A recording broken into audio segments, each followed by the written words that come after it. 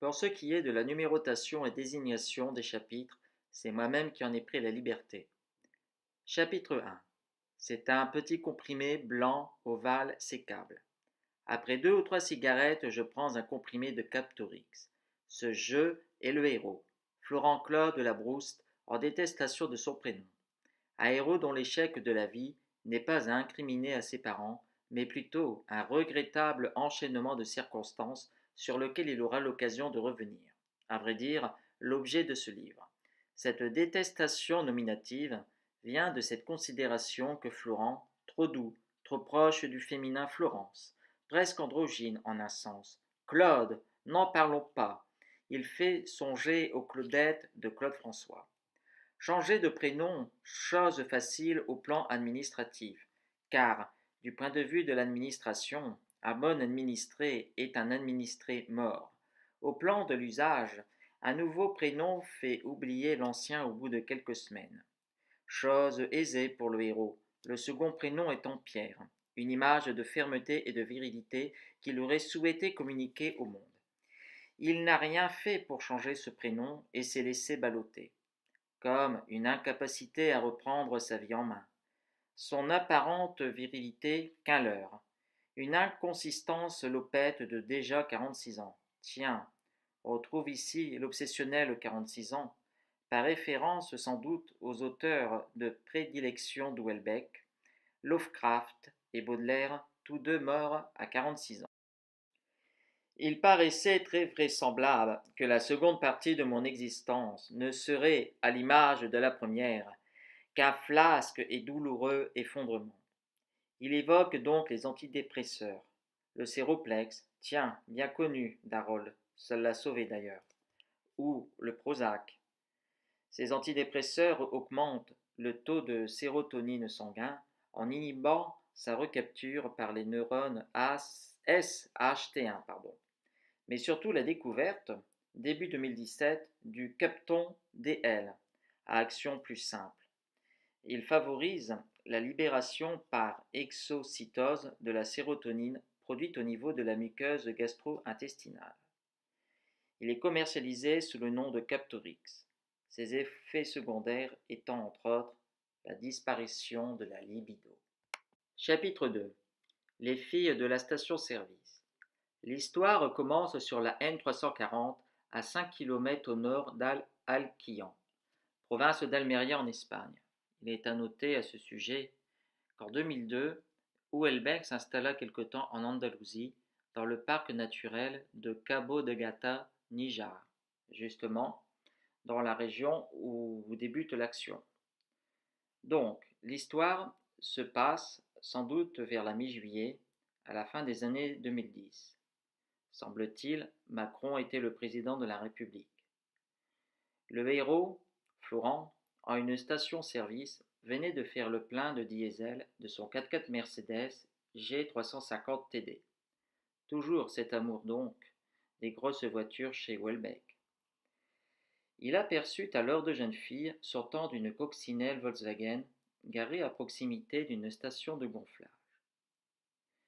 L'une des filles, aux cheveux châtain clair, au look baba cool et sexy, vient vers Florent Claude lui demander de l'aide qu'il ne pouvait refuser. La compagne de la fille aux cheveux châtains, une brune conforme aux standards espagnols et au look plus salope. Quel short moulant! Elle prit le relais du gonflage après que Florent ait montré la procédure. Comment ne pas être troublé devant de telles fesses moulées? Après quelques minutes de remerciements, elles partirent. De retour chez lui, Florent traita son érection par les moyens habituels. Chapitre 3. Yuzu.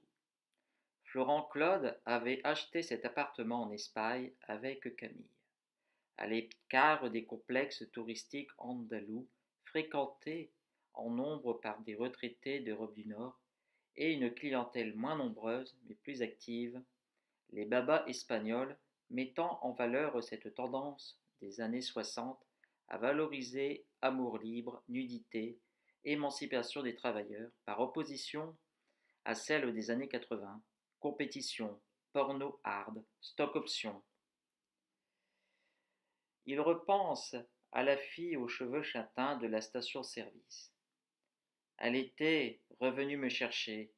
Mon errance dans ce monde avait pris fin. Elle était revenue sauver d'un seul mouvement ma bite, mon être et mon âme. Le lendemain, Florent devait chercher à l'aéroport Yuzu, avec qui il n'aurait jamais dû s'installer. Des mois qu'il n'avait couché avec Yuzu, Yuzu étant sa compagne japonaise. Il est à préciser que Michel Houellebecq, depuis le 21 septembre 2018, il s'est marié avec une femme d'origine asiatique, une chinoise pour être précis, d'une vingtaine d'années plus jeune que lui.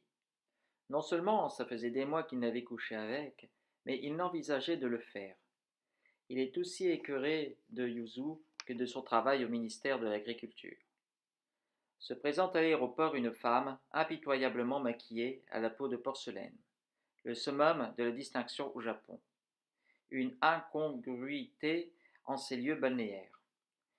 Le souvenir de la fille de la station-service revient immédiatement à Florent, réduit au rôle de porteur de bagages de Yuzu. Chapitre 4. Virage dangereux.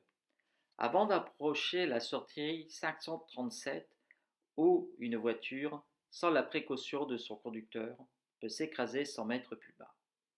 Florent venait d'échouer dans sa seconde tentative de libération. Chapitre 5. Le bar à tapas des seniors.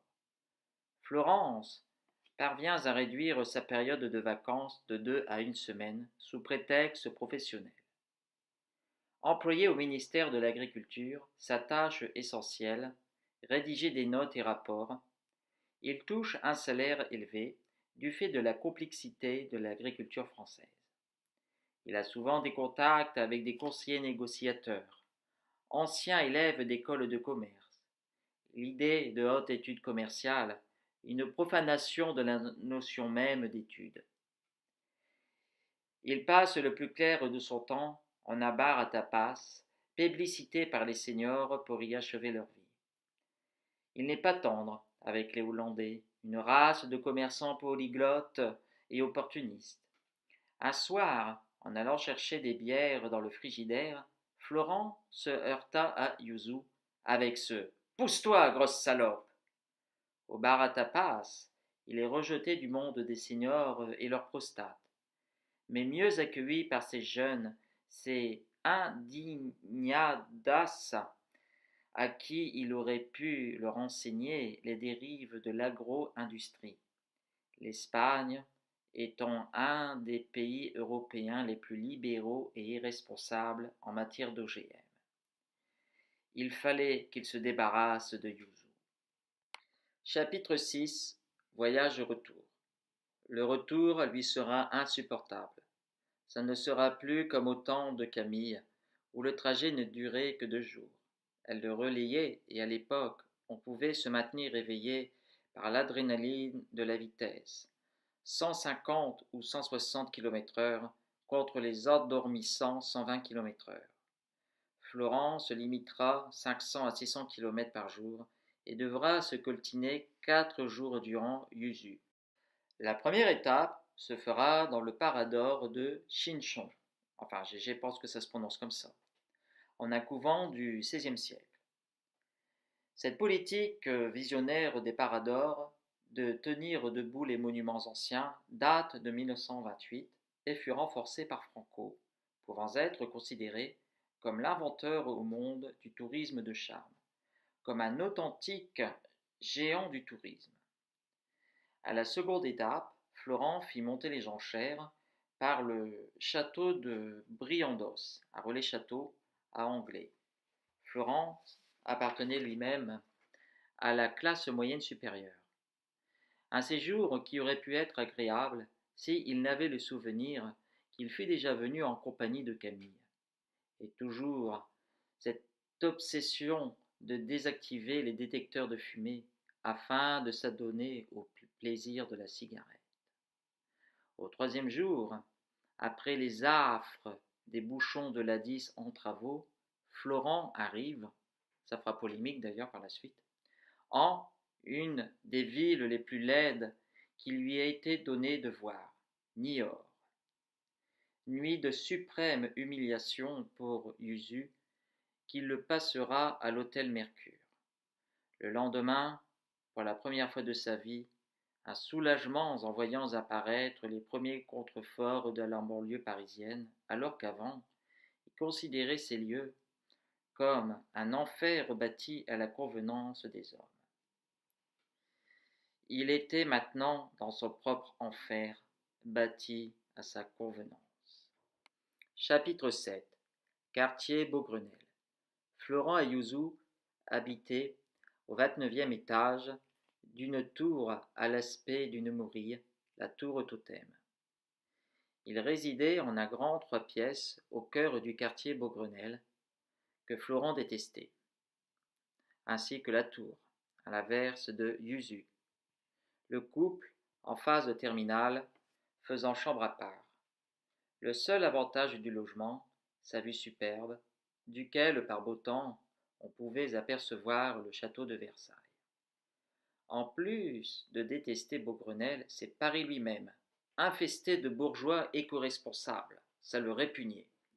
Mais je n'étais pas éco-responsable. Je roulais en 4x4 diesel.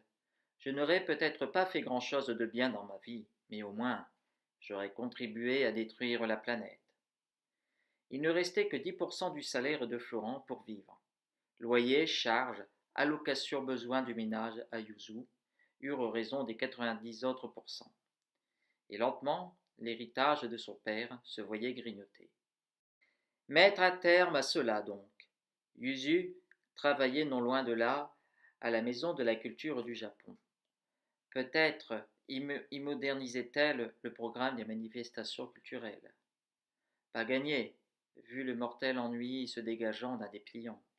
Depuis l'expo consacrée à Daikishi Amano, avec les images de filles nues recouvertes de différents animaux répugnants, Florent a renoncé d'aller aux expos. Il a de plus en plus la conviction que Yuzu se rend aux soirées libertines. Il retrouva une vidéo de sa compagne en plein gangbang canin. Tout y passe. Doberman, boule terrier, boxeur. Il envisageait à la jeter par la fenêtre, la faire boire. Les Japonais, tenant très mal l'alcool par une mauvaise transformation de l'éthanol en acide acétique. À l'époque de Napoléon, l'adultère fut excusable. De nos jours, 17 ans de prison en moyenne pour un crime passionnel. C'est l'idée des promenades en forêt et en être privé qui le fit revenir sur sa décision. Chapitre 8. La fuite. La solution lui apparut avec ce documentaire de Public Sénat. Disparus volontaires. Plus de 12 000 personnes chaque an disparaissent de leur fait. L'abandon de famille en France ne constitue pas un délit, comme on devrait le graver en lettres énormes sur tous les édifices publics. Dès le lendemain, Florent mit à profit son plan, changement de compte, virement sur le nouveau compte. Pour son travail, il inventa la promesse de conseiller expert agricole à l'ambassade d'Argentine. En moins d'une journée, il venait de réorganiser sa vie. Bien moins que les 2 jours consacrés à la recherche d'un hôtel parisien acceptant les fumeurs. Il trouva celui-ci, avenue de la Sœur Rosalie dans le 13e arrondissement, à proximité de la place d'Italie, où il ne risquera pas, par hasard, de croiser Yuzu. Chapitre 9. Définition de l'amour. À la veille du départ, il se demanda que ferait Yuzu à l'issue des 2 mois de préavis de location. Elle qui passe au moins 6 heures par jour à la toilette, à l'inverse des demi-heures de Camille ou de peut-être de la châtain de la station-service. Suite à l'incapacité de payer son loyer, Yuzu serait condamné de retourner au Japon ou de se prostituer, vu ses qualités de pipeuse et de branleur. Florent situant son tarif probable autour de 700 € l'heure et 5 000 € nuit. Il manque toutefois cette qualité inéliable à la prostituée, la générosité. Florent donna à ce stade des éclaircissements sur l'amour. Chez la femme, une puissance génératrice, tectonique. Par son amour, elle crée un nouveau monde.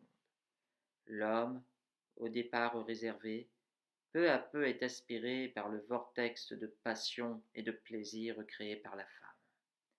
Ce plaisir modifiant l'homme, sa vision du monde s'en voit transformée. L'amour chez l'homme est donc une fin, un accomplissement, et non pas, comme chez la femme, un début, une naissance. Voilà ce qu'il faut considérer. Revint alors, après cette définition, cette éternelle vision douloureuse de la châtain d'Al-Alkian, la dernière et probablement ultime possibilité de bonheur que la vie avait placée sur ma route. Comme un amour au premier coup d'œil. Rien de tel ne fut ressenti avec Yuzu. Le sexe reste le seul moment où l'on engage personnellement et directement ses organes. Ainsi le passage par le sexe et par un sexe intense demeure un passage obligé pour que s'opère la fusion amoureuse. Rien ne peut avoir lieu sans lui, et tout le reste, ordinairement, en découle avec douceur. Une fois la bouteille de Calvados vidée à un peu plus de 23 heures, il décida de partir sans la revoir. Sans revoir cette araignée piqueuse et venimeuse, lui injectant jour après jour un fluide paralysant et mortel. Ça serait là la meilleure solution. Il l'oubliera très vite. La mort des parents. Après un curieux rêve, il se réveilla à 5 heures tapantes. Aucun souvenir personnel à emmener, si ce n'est ce MacBook Air de 1100 grammes où tout tient. Pas un cadeau de Yuzu durant les 2 années de leur relation. Florent repensa alors à la mort de ses parents. Suite à la nouvelle d'un incurable cancer du cerveau du père, on les retrouva allongés côte à côte sur le lit conjugal au jour de leur 40e anniversaire de mariage, après l'absorption de produits obtenus sur Internet, comme pour figer leur amour dans l'éternité, au point qu'ils se firent inhumer dans la même bière. Chapitre 11. Le départ. Après le départ sans bruit de Florent, le voici vers son hôtel sur l'avenue Sœur Rosalie, une pseudo-avenue. Il arriva en un hôtel Mercure de bon accueil où on lui avait réservé une chambre fumeur. Maintenant, j'en étais là, homme occidental dans le milieu de son âge, à l'abri du besoin pour quelques années, sans proche ni ami, dénué de projets personnels comme d'intérêts véritables, profondément déçu par sa vie professionnelle antérieure, ayant connu sur le plan sentimental des expériences variées, mais qui avaient eu pour point commun de s'interrompre, dénué au fond de raisons de vivre comme de raisons de mourir. Sa nouvelle maison ne tient maintenant qu'à 10 mètres carrés, au risque de se glisser dans une inaction léthargique. Chapitre 12. Le Cap Torix. La seule difficulté d'une vie à l'hôtel, sortir quotidiennement de sa chambre pour que la femme de ménage puisse réaliser sa tâche. Une absence de 2 heures serait suffisante par cette mise au point d'un mini-circuit.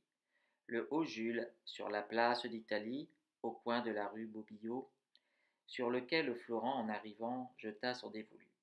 La remontée de l'avenue Sœur Rosalie, s'achevant sur une sorte de petit rond-point arboré. Puis la rue Abel-Ovelac, au coin de l'avenue des Gobelins, où le Carrefour City allait être amené à jouer un rôle dans sa vie nouvelle. Rarement il s'arrêtait au café de la Manufacture face au Carrefour City, n'adhérant pas à cette ambiance laborieuse imitée de café ouvrier, les derniers ouvriers ayant sans doute disparu vers 1920.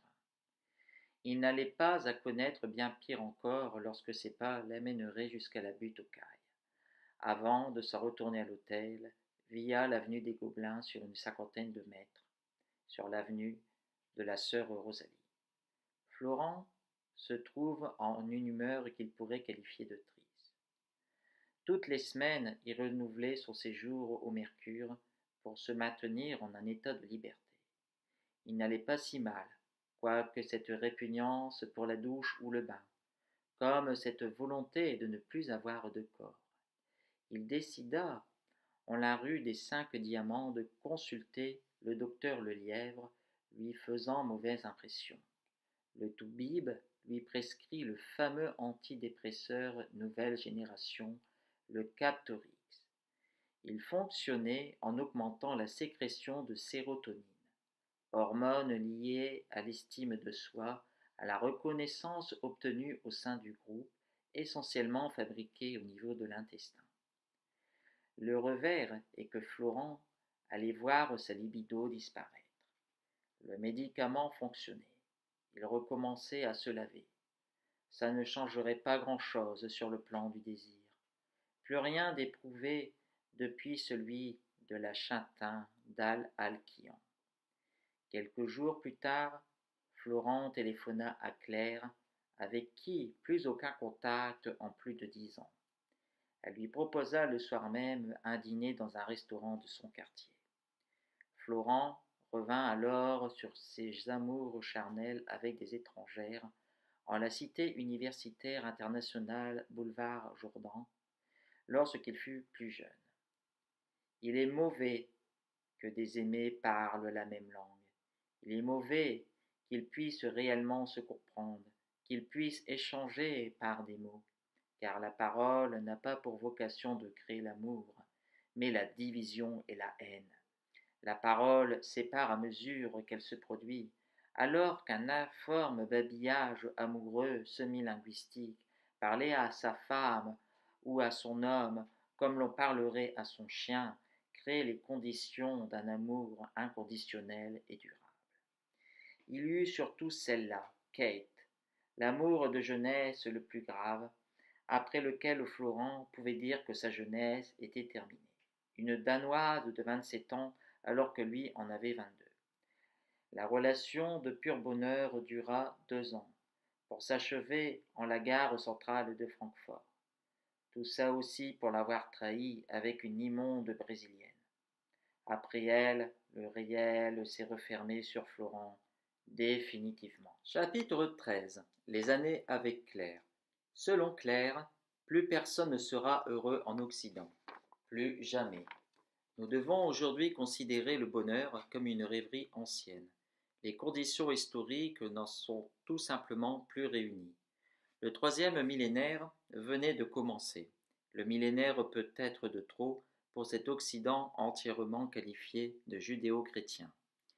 Claire fut rencontrée le soir du réveillon du 31 décembre 1999, à l'orée de son premier et dernier grand succès théâtral, où elle se devait relire Bataille à la lumière des nouvelles sexualités virtuelles. Claire maintenant, en matière sexuelle, un suspense permanent, un peu à l'instar de ses héroïnes blondes d'Hitchcock. Elle éprouvait une haine pour sa mère, au point de se réjouir qu'elle perde la vie lorsque son avion pour Rio de Janeiro s'abîma au beau milieu de l'Atlantique Sud. Claire hérita du magnifique appartement de sa mère au passage du ruisseau de Ménilmontant dans le 20e. Loft d'un grand open space de 130 mètres carrés, d'une hauteur sous plafond de 6 mètres, le tout faisant 200 mètres carrés. Le voisinage étant constitué de ce que l'on appellera les bobos. Les années suivantes, Claire ne décrocha aucun rôle. Sa froide beauté blonde n'était pas dans le move des bombes latinos ou métis. Florent, pour qui son travail à Monsanto lui portait sur les nerfs, mensonge quant aux travaux sur les OGM, il rompit son contrat. Il se rapprochait donc de la direction de l'agriculture et de la forêt de Basse-Normandie. Il s'agissait de créer une nouvelle structure dédiée à l'exportation des fromages français. Son nouveau contrat démarrait le 1er janvier 2001. Il trouva une maison à 2 kilomètres du village de Cléchy, capitale exagérée de la Suisse normande. Seulement voilà, il allait l'habiter seul, Claire se refusant de le suivre. C'est Florent qui viendra la voir à Paris. De moins en moins, il prendra le camp Paris. Au bout de quelques mois, tout fut dit. À l'époque déjà, l'ensemble de ses possessions terrestres ne tenait que dans une valise. Comme peu d'appétit pour les possessions terrestres. La prochaine rencontre avec Claire avait-elle été une bonne idée? La rencontre de deux losers quadragénaires et anciens amants, ça aurait pu être une scène magnifique dans un film français, avec les acteurs appropriés. Mettons pour situer Benoît Poelvoorde et Isabelle Huppert. Chapitre 14. La soirée avec Claire. Florent arrivait à 20 heures précises au bistrot parisien rue Pelleport. Une demi-heure plus tard, arrivait Claire, pas mal torchée. De la graisse dépassait d'un peu partout, et son visage envahi par la coupe rose. Elle connut bien des déboires dans sa recherche de rôle. Elle finit par accepter une offre de Pôle emploi, mettre en place des ateliers de théâtre à destination des chômeurs.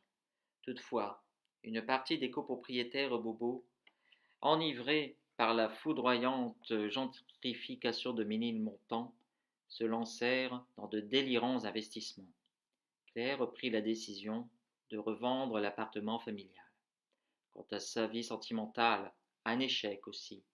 Elle conclut au fond que Florent était peut-être le seul homme qui l'ait vraiment aimée. Après le restaurant, Claire proposa chez elle le dernier verre, suite à quoi elle entreprit Florent de façon directe. Sans effet, puisque sous antidépresseur.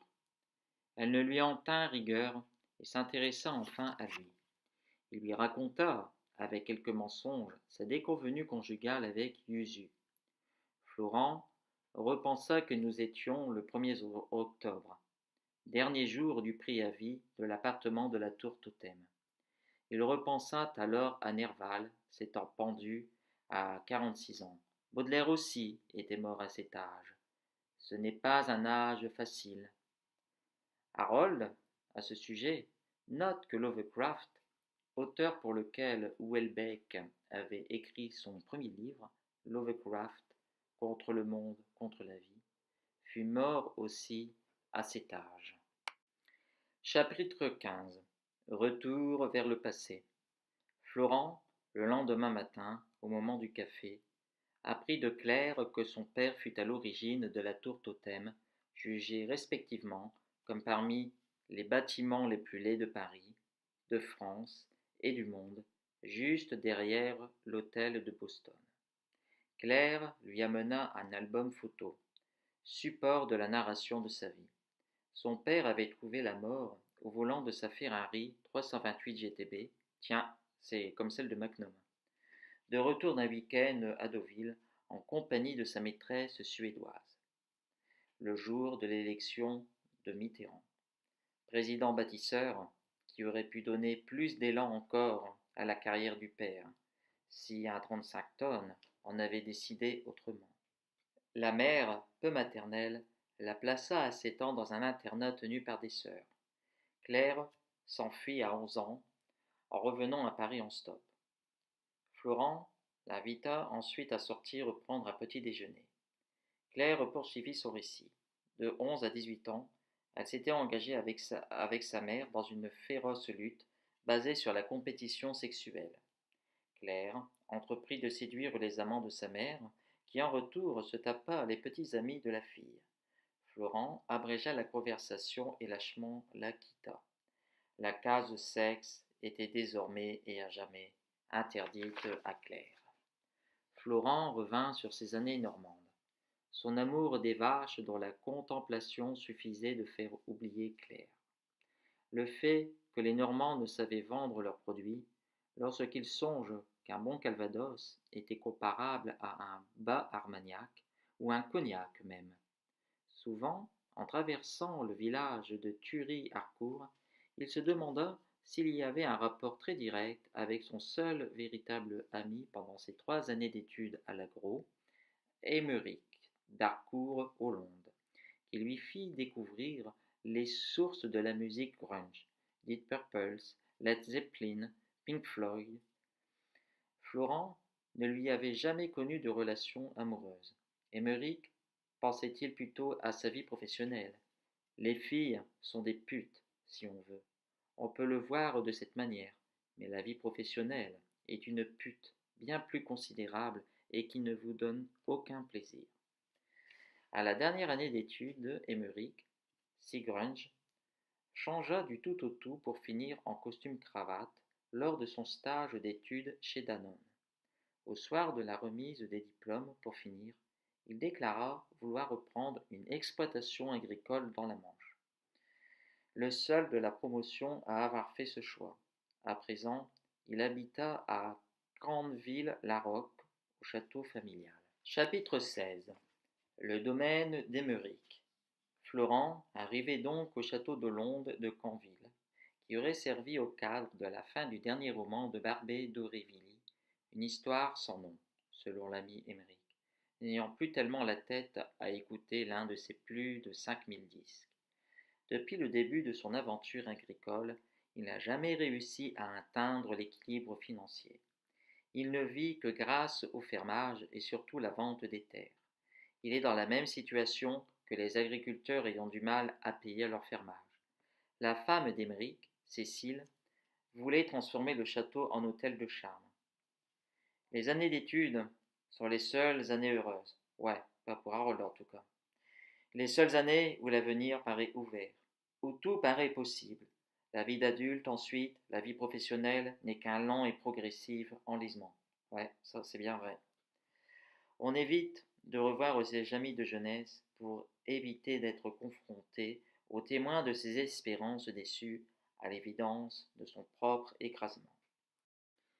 Une erreur d'avoir revu cet ami aux petits soins avec ses vaches normandes. Florent étant du côté de l'État français, soumis à Bruxelles et ses quotas laitiers, donc plus tout à fait dans le même camp. Florent partit donc le lendemain, à dimanche, au lendemain duquel il allait rencontrer Camille. Début des plus belles années de sa vie. Chapitre 17. La gare. Nous revoici presque une vingtaine d'années plus tard, vers la fin novembre, où les décorations de Noël envahirent Italie 2. Le temps de partir de l'hôtel Mercure. Mais pour où aller? En monastère? Un autre problème, plus immédiat. Renouveler l'ordonnance de Captorix, grâce à qui la vie sociale est dénuée de heurts. Il retourna, Florent, chez ce médecin consulté il y a 20 ans, le docteur Azote, lui prescrivant 6 mois de Captorix et le mettant en garde sur la période des fêtes, surtout le 31, où nombre se flingue. Pas con le monastère, mais un peu tard. Sinon, conseilla le médecin, les putes en Thaïlande. Le problème, le Captorix ne fait pas bander. L'idée de baiser paraissait dorénavant pour Florent saugrenue. La sexualité avait disparu de son horizon mental. D'un pas léger, il pénétrait en la salle des pas perdus de la gare Saint-Lazare. Une erreur peut-être, puisqu'il se retrouve face au quai 22, là où l'attendait à ce retour de camp Camille. Un seul être vous manque, et tout est mort. Le monde est mort, et l'on est soi-même mort. Florent avait besoin d'amour, et en particulier d'une chatte. Selon lui, une civilisation meurt juste par lassitude, par dégoût d'elle-même. Chapitre 18. Première rencontre d'avec Camille. Florent et Camille s'étaient rencontrés un lundi matin ensoleillé il y a 17 ou 19 ans, en gare de Caen à l'extrémité du quai C. On avait alors confié Camille à Florent en tant qu'élève vétérinaire stagiaire. Il avait alors 10 ans de plus qu'elle. Une semaine plus tard, elle l'appela après avoir passé une horrible matinée en l'horrible élevage industriel de poules d'Elbeuf, d'infecte réputation. Quand Florent vint la chercher, elle se serra dans ses bras en larmes. Après quelques verres, ils passèrent leur première nuit ensemble dans un hôtel Mercure. Chapitre 19. L'amour d'avec Camille. La maison de Clécy plut à Camille, n'ayant que 19 ans, dont elle modifia l'intérieur à son goût. Ils allèrent souvent au bourg de Clécy, capitale de la Suisse normande, faire leurs courses ou déjeuner. Le site normand, le resto du village, s'enorgueillissait d'avoir, en 1971, accueilli les Charlots. Un mode de vie nouveau, en somme. Les hommes, en général, ne savent pas vivre. Ils n'ont aucune vraie familiarité avec la vie. Ils ne s'y sentent jamais tout à fait à l'aise. Ainsi poursuivent-ils différents projets plus ou moins ambitieux, plus ou moins grandioses, c'est selon.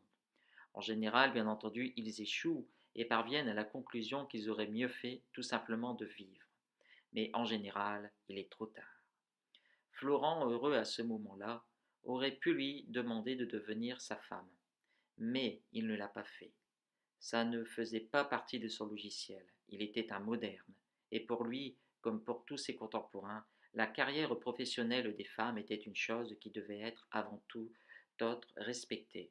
C'était le critérium absolu, le dépassement de la barbarie, la sortie du Moyen Âge. Il n'avait cependant aucune confiance dans un retour à Paris. Paris, comme toutes les villes, était faite pour engendrer la solitude. Après un peu plus d'un an à Crécy, le propriétaire de la maison décéda. Florent allait devoir déménager car la bâtisse enviageait.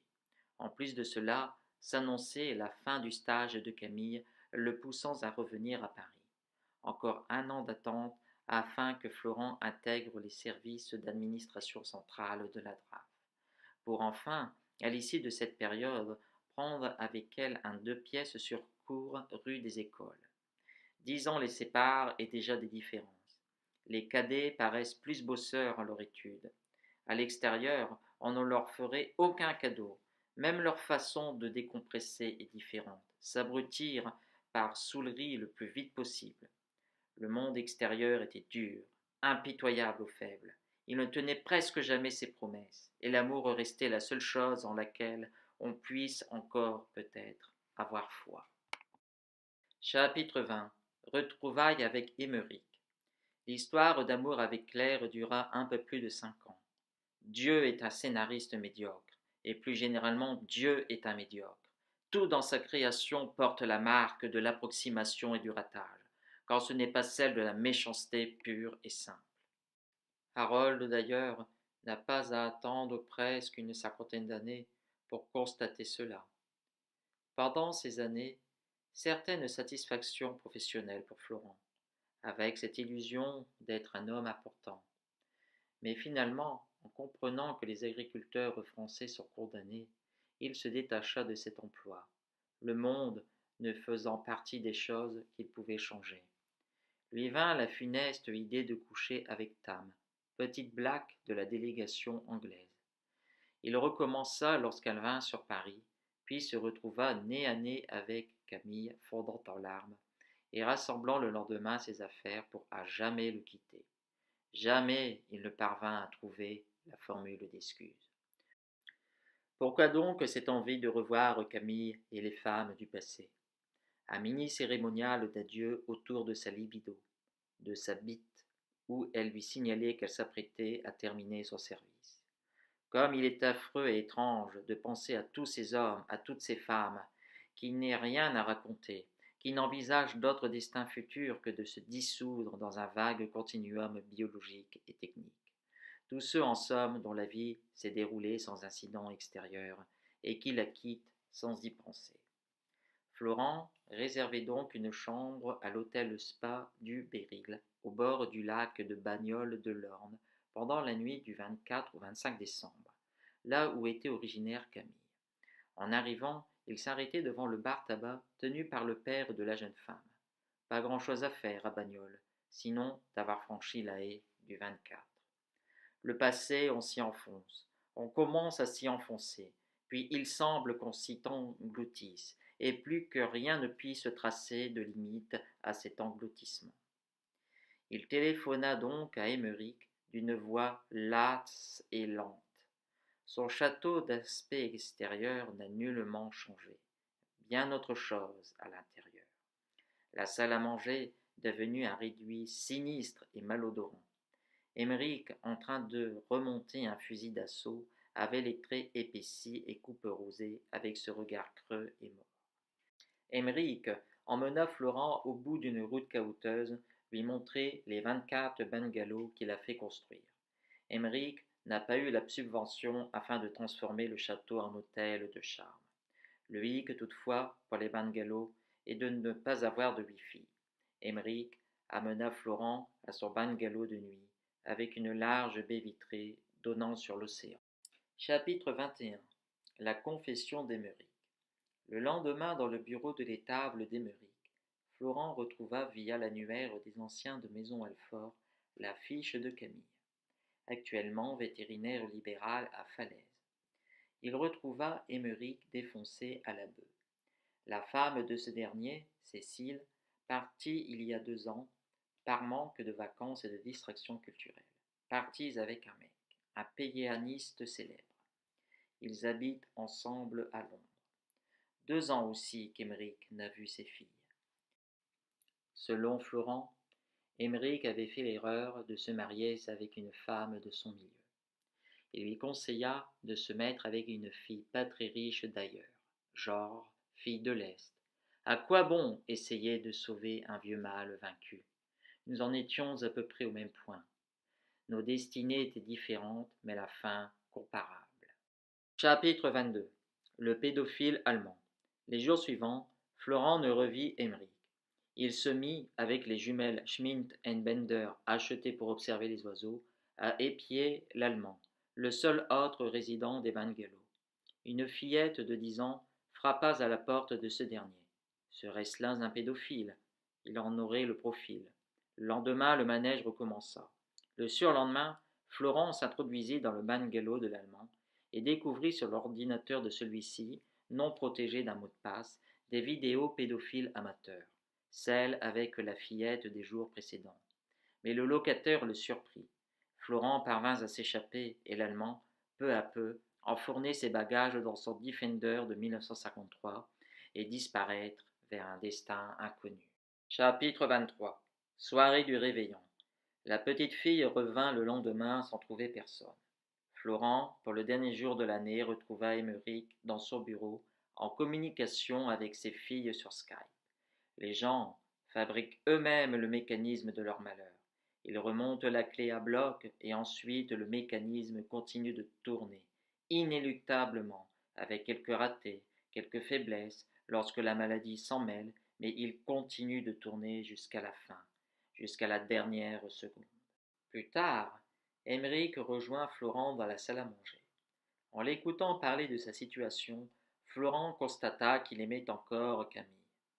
Au coup de minuit, ils se passèrent Child in Time, peut-être le plus beau moment esthétiquement de la vie de Florent.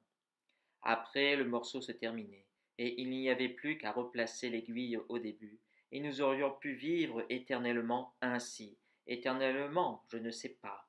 C'était sans doute une illusion, mais une illusion belle. Chapitre 24. Premier tir.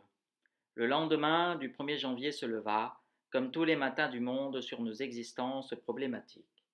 Florent alla retrouver son ami, lui communiquant son envie de tirer.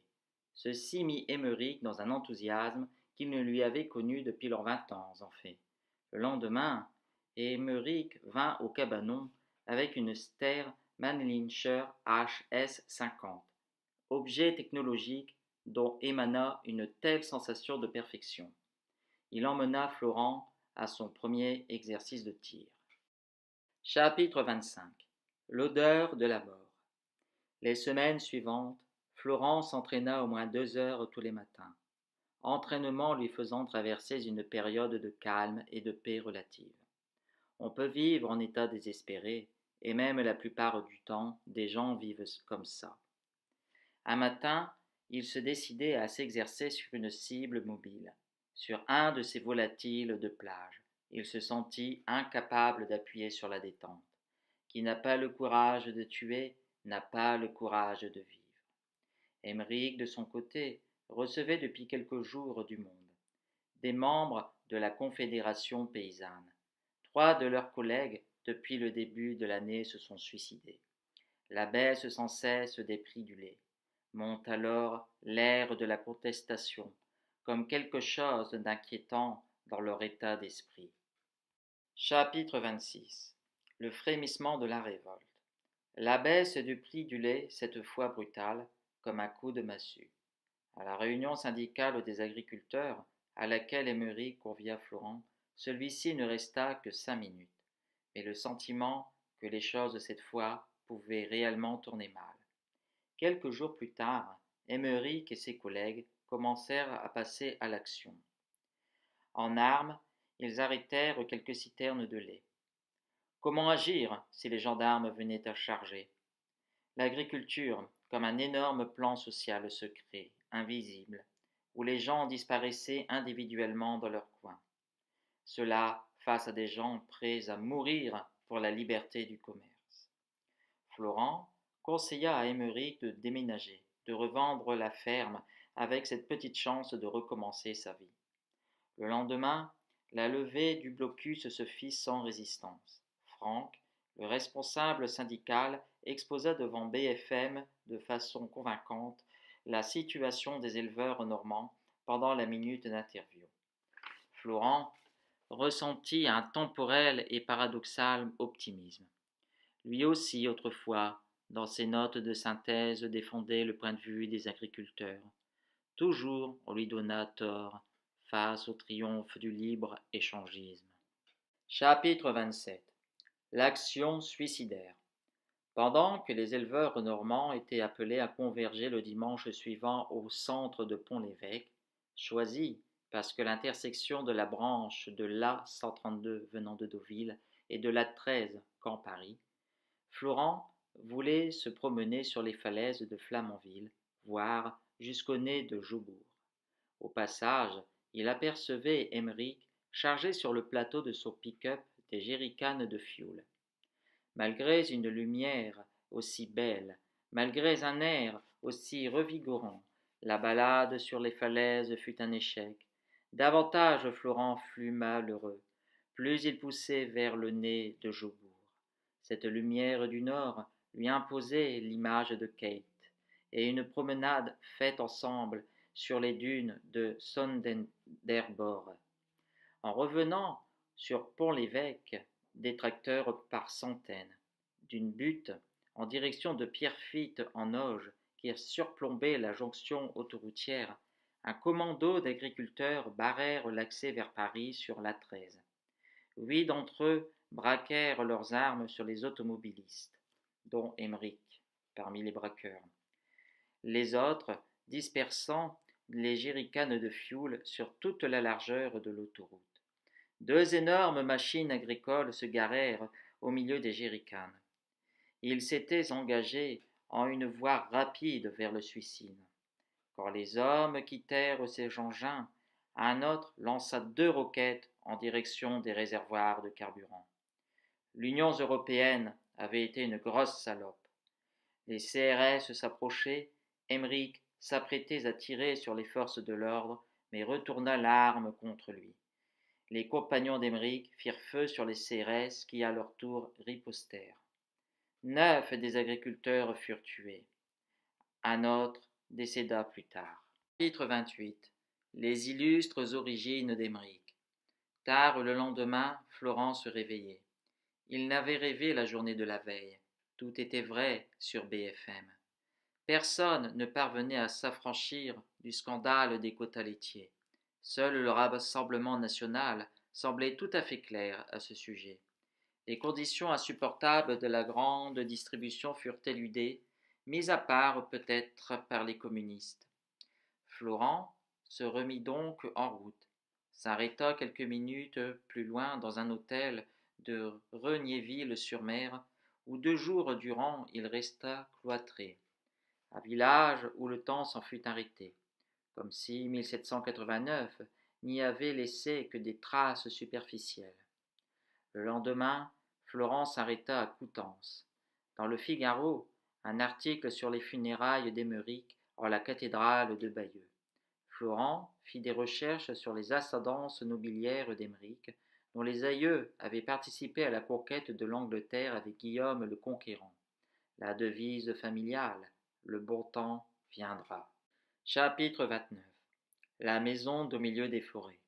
Florent loua une maison de gîte rural à Saint-Aubert-sur-Orne. Son propriétaire, tout comme lui, disposait d'une Mercedes clashée. Un architecte responsable, entre autres, de l'appart cité de la ZAC de Camp-Nord, où Camille avait résidé une semaine avant d'entrer dans la vie de Florent. Un homme divorcé, le propriétaire, à la vie si semblable de Florent. Celui-ci était donc sur la terre, en n'ayant plus de frères, de prochains, d'amis et de société que lui-même. Chapitre 30. La maison des souvenirs. Pendant la nuit, cette sensation d'être caressé, comme le faisait Camille. Cette coïncidence, enfin, les maisons normandes étant plus ou moins bâties sur le même modèle, de dormir à une chambre identique que les nuits d'avec Camille à Clécy. Ce n'est pas l'avenir, c'est le passé qui vous tue, qui revient, qui vous taraude et vous mine et finit effectivement par vous tuer. Ne parvenant à se rendormir, il accéda à l'autre aile de la maison, où il trouva une édition intégrale du Marquis de Sade, sans doute du XIXe siècle, ou cette collection de disques de twist, comme un passé dont devait se défaire le propriétaire, sans pour autant que s'ouvre la possibilité d'un avenir. Florent se recouchait rassuré quand cette existence d'autres drames lui auront été épargnés. Chapitre 31. Camille vue de loin. Au lendemain de cette première nuit, promenade en forêt. La nature laissée à elle-même ne produit en général qu'un informe et chaotique fouillis de plantes assez moches. Le propriétaire lui ayant recommandé de ne donner à manger à cet omnivore opportuniste la biche. Florent ne rencontra pas de biche. Il se mit en route pour Falaise, où il trouva sans difficulté le cabinet vétérinaire de Camille. Il l'attendit au café d'en face. Elle sortit pour la pause déjeuner. Bien que passé 35 ans, elle n'avait pas changé.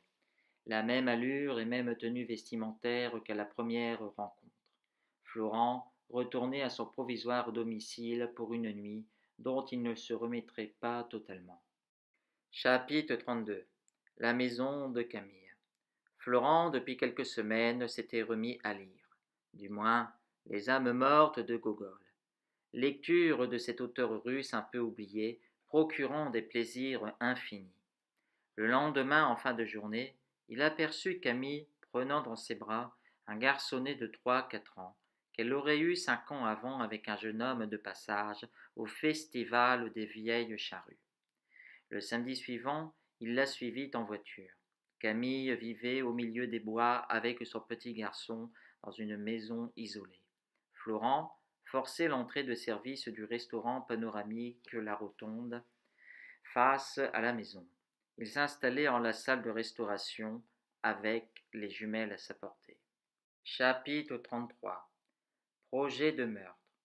Le manège dura comme ça 3 semaines, pendant lesquelles Camille chez elle ne reçut aucune visite. Comment avions-nous pu en arriver là, tous les deux? Une relation profonde et exclusive s'engage entre la mère et le fils. Le meurtre d'un enfant de 4 ans provoque inévitablement une vive émotion médiatique. Chapitre 34. Un échec déterminant. Pendant plus de 10 minutes, Florent mit l'enfant en joue, sans le moindre tremblement, avant de s'effondrer au sol. Il ne tirerait pas. Il remonta en voiture et retourna en direction de Saint-Aubert. Après 3 semaines encore de location, Florent fit un aller-retour à Paris en train pour se faire prescrire 20 mg de Captorix. Il en était jusqu'à maintenant à 15, auprès du docteur Azote. Chapitre 35. La testostérone. Le train arriva en gare de Saint-Lazare avec 35 minutes de retard. Une ambiance de catastrophe globale allège toujours un peu les catastrophes individuelles. C'est sans doute pour cette raison que les suicides sont si rares en période de guerre. Le docteur Azote constata que ça n'avait pas l'air d'aller mieux. Il lui prescrit donc les 20 mg de Captorix, mais aussi une prise de sang pour contrôler le taux de testostérone qui devait être très mauvais. Le Captorix inhibant la synthèse de la testostérone via la production de sérotonine. Chapitre 36. Les impossibles adieux. Pour la dernière fois, Florent retourna sur les bords du lac de Rabaudange, certain que Camille n'y serait. Il n'y aurait pas d'adieu définitif. Quand notre cœur a fait une fois sa vidange, Vivre est un mal, écrivait Baudelaire. L'histoire de famille recomposée est une propagande pure, optimiste et postmoderne, décalée, dédiée au CSP+, et CSP++, inaudible au-delà de la porte de Charenton. Chapitre 37. La curieuse prescription du docteur Azote. Florent retournait à Paris et retrouvait sa minuscule chambre au mercure. Il reprit ses circuits quotidiens, de la brasserie au Jules au carrefour City, en passant par la rue Abel-Ovelac, qu'il enchaînait par la brève remontée de l'avenue des Gobelins, avant la bifurcation terminale sur l'avenue de la Sœur Rosalie. Nous étions en un mois de mai exceptionnellement beau, après que presque une année ait suivi son cours. Le docteur Azote lui fixait un rendez-vous pour le bilan de ses analyses. Le taux de testostérone est bas, vu le traitement, mais le taux de cortisol très élevé. Le médecin lui dit « J'ai l'impression que vous êtes tout simplement en train de mourir de chagrin. » Le docteur lui prescrit des escort girls en lui remettant la liste de 3 noms de filles. Florent, se consumant de l'intérieur, faisant un burn-out immobile. Chapitre 38. La fin des relations humaines. 2 ou peut-être 3 mois passèrent, la plupart du temps à regarder la télé. La seule sortie, la promenade quotidienne. Les émissions culinaires s'étant multipliées dans des proportions considérables, alors que l'érotisme, dans le même temps, disparaissait de la plupart des chaînes. Les queutards et baiseurs, devenus un hobby minoritaire et particulier, réservé à une élite. Comme revenu au XVIIIe siècle, où le libertinage, réservé à une aristocratie composite. La parisienne chic et sexy n'était plus qu'un mythe sans consistance. Ah, ça c'est vrai. Harold y lançait quelque chose. Paris, du point de vue nanor, ça ne fait plus rêver depuis longtemps. Le temps des relations était révolu. Chapitre 39. L'interdiction de fumer. Une bien mauvaise nouvelle un lundi matin. L'hôtel allait prochainement passer 100% non-fumeur. Florent en était à vouloir s'acheter un appartement parce que ne pouvant rester à l'hôtel. Le directeur vint plus tard le voir comme pour lui laisser un délai de 6 mois à 1 an, le temps de trouver une solution. Maintenant, ce serait là la vie de Florent. Chapitre 40. Le studio dans les tours de Paris. Florent chercha d'abord l'achat d'un grand studio dans le 5e arrondissement, le quartier de ses études. Un chemin de croix en parcourant les rues. Les images de Camille lui revinrent. Florent renonçait aussi à ce studio rue Sœur Rosalie, car se nourrissait en lui le projet informulé de rester en contact avec Audrey. Il descendait plus au sud en entamant la visite des tours entre la porte de Choisy et la porte d'Ivry. Habiter dans une de ces tours, c'était habiter nulle part. Il choisit le plus vide, le plus tranquille et le plus nu des studios en une tour des plus anonymes, équipée de volets roulants qu'il clora à jamais dès le lendemain de son installation et d'un vide ordure. Comme atteindre une presque parfaite autonomie.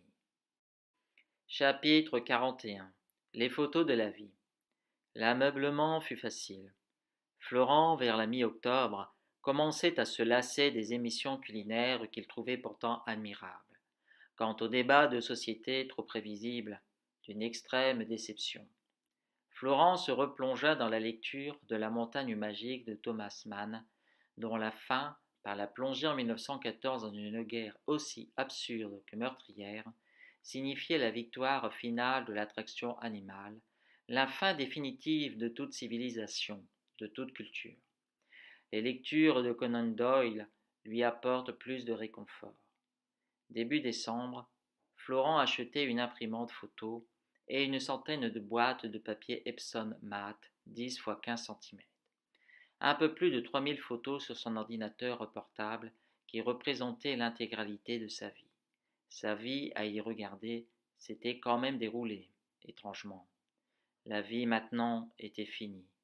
Florent voulait réaliser un mur Facebook, mais à son usage personnel qui ne serait vu que par lui. Au contraire des lieux, sa mémoire des dates était plus incertaine. Les dates étaient sans importance. Toute chose qui avait lieu pour l'éternité.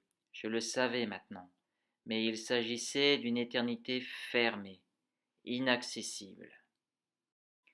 Chapitre 42. L'équation du suicide. À présent, sur le compte de Florent, il restait un peu plus de 200 000 euros. Il n'a plus le goût pour les voyages. Il rangea définitivement son vieux G350, affichant fièrement un peu plus de 380 000 km, au troisième sous-sol du parking souterrain de l'immeuble. Le monde s'était transformé en une surface neutre, sans relief et sans attrait. Habitant à une hauteur approximative de 100 mètres, il lui faudrait 4 secondes et demie, 5 secondes pour atteindre le sol à 159 km/h. Avec son solde bancaire, Florent pouvait escompter vivre 10 ans au maximum, beaucoup trop, compte tenu de ses souffrances morales. Il lui fallait donc augmenter le rythme de ses dépenses. On ne lui a pas donné et il avait peu envie de donner lui-même. Continuez donc à bouffer en essayant de s'intéresser à des mets onéreux. La dernière ligne droite. Florent est sur le point d'y arriver. Chapitre 43. C'était un petit comprimé blanc, ovale, sécable. Le petit comprimé fournit une nouvelle interprétation de la vie, transformant la vie en une succession de formalités. Il aide les hommes à vivre, ou du moins à ne pas mourir durant un certain temps. Florent aurait pu rendre une femme heureuse, mais il a cédé aux illusions de liberté individuelle, d'infini des possibles, des idées dans l'esprit du temps dont nous nous sommes contentés de nous y conformer, de nous laisser détruire par elles, et puis, très longuement, d'en souffrir.